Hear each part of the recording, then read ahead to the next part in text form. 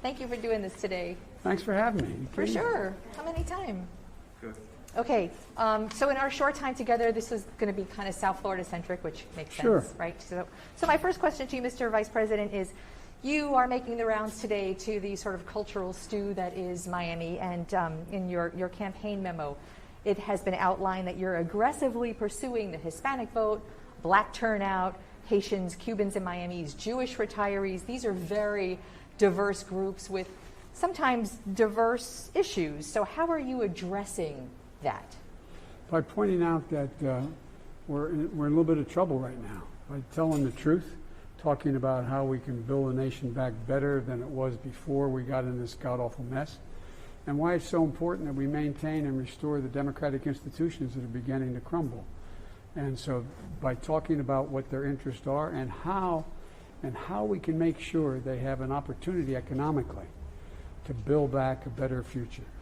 So economics and jobs is a universal issue. It's economic, it's jobs. It's also basically, to be very blunt about it, basic American values about decency and honor and telling the truth and a whole range of things that I think every one of those communities have a real concern and interest in. The economy, especially the economy devastated by COVID here, we are an epicenter, as you know. The real hit has been to the service industries, to tourism. Yes. That is an industry that employs an amazing segment of immigrant communities as well here. What is your plan, Mr. Vice President? How could you and how would you support that recovery? First, we have to get the COVID virus under control, number one. And the first thing is, wear these masks. It matters. It saves lives. The head of the CDC and others say just wearing a mask could be more consequential than having a vaccine between now and the end of the year. It's estimated we could have another 200 deaths between now and the end of the year. So it's about saving families, number one. Number two, the way in which we're going to make sure that people are able to get those jobs and keep those jobs is by investing in industries and investing in building back a better economy. For example, minimum $15 an hour minimum wage for people, number one. Number two, investing in, like we did when I ran the Recovery Act. You may have, I'm not sure you covered it at the time, but we invested over $1 billion in the Port of Miami, which created a significant number of jobs. We brought in so much investment that we attracted. Everybody's saying it's cost a lot of money, but it generated significant economic growth. Focus on the things that are going to be able to generate growth and give people a decent living. You have said in the past that Hispanic voters in Florida could be the key to the Florida vote for you. What have you learned about what is a very diverse Hispanic vote? It is very diverse. And how do you court that diversity? Well, it's diverse, but it also has a common theme.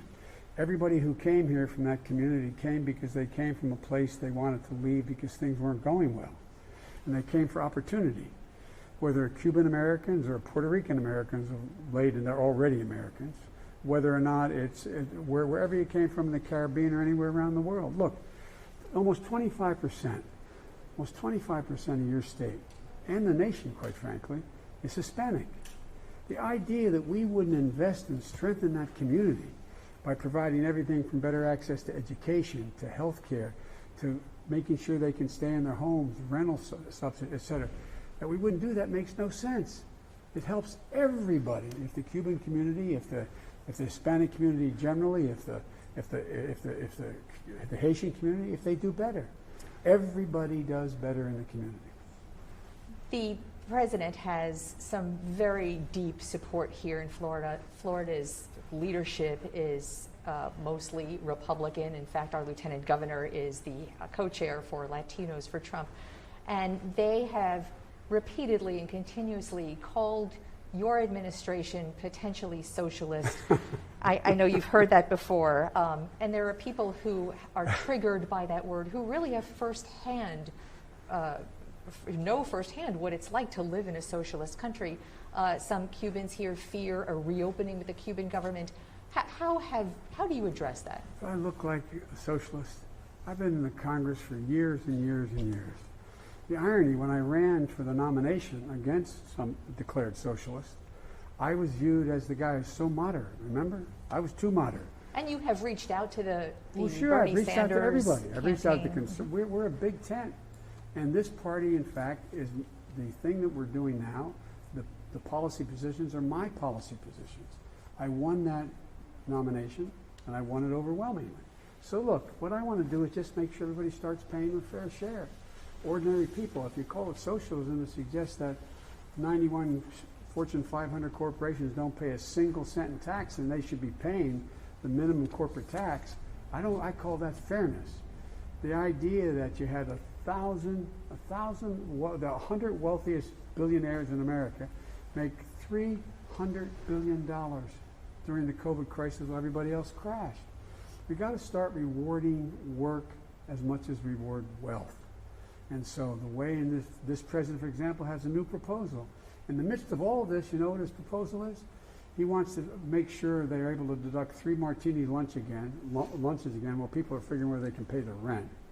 And secondly, he wants to make sure he spends $30 billion on further lowering the taxes on people who, in fact, clip coupons, and that's the only source of their income. All they got to do is just pay their fair share. Pay the tax rate, in fact, which they are supposed to pay. And we can do all these things to grow the country.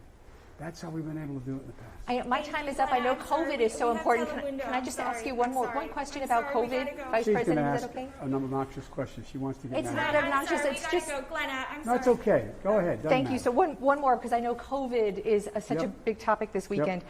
You and the campaign have been so ultra careful in masking and protecting against infection from the get-go. You've taken a lot of hits about that from the Trump campaign. So with the events of this weekend, what does that mean for the campaign, for the next debate that's coming up in Miami, what it means potentially? is we just follow the science, just what the scientists tell us. This isn't complicated. President's getting out. I saw a tweet he did. They showed me. He's releasing himself at 6:30 or being released at 6:30. And he said, don't let COVID control your lives.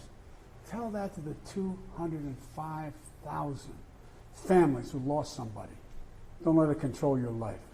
Come on. Be wise. Look, you wouldn't come out today. I'm using an editorial sense. You guys wouldn't come out, even if it wasn't what was mandated, and it's not mandated in this state.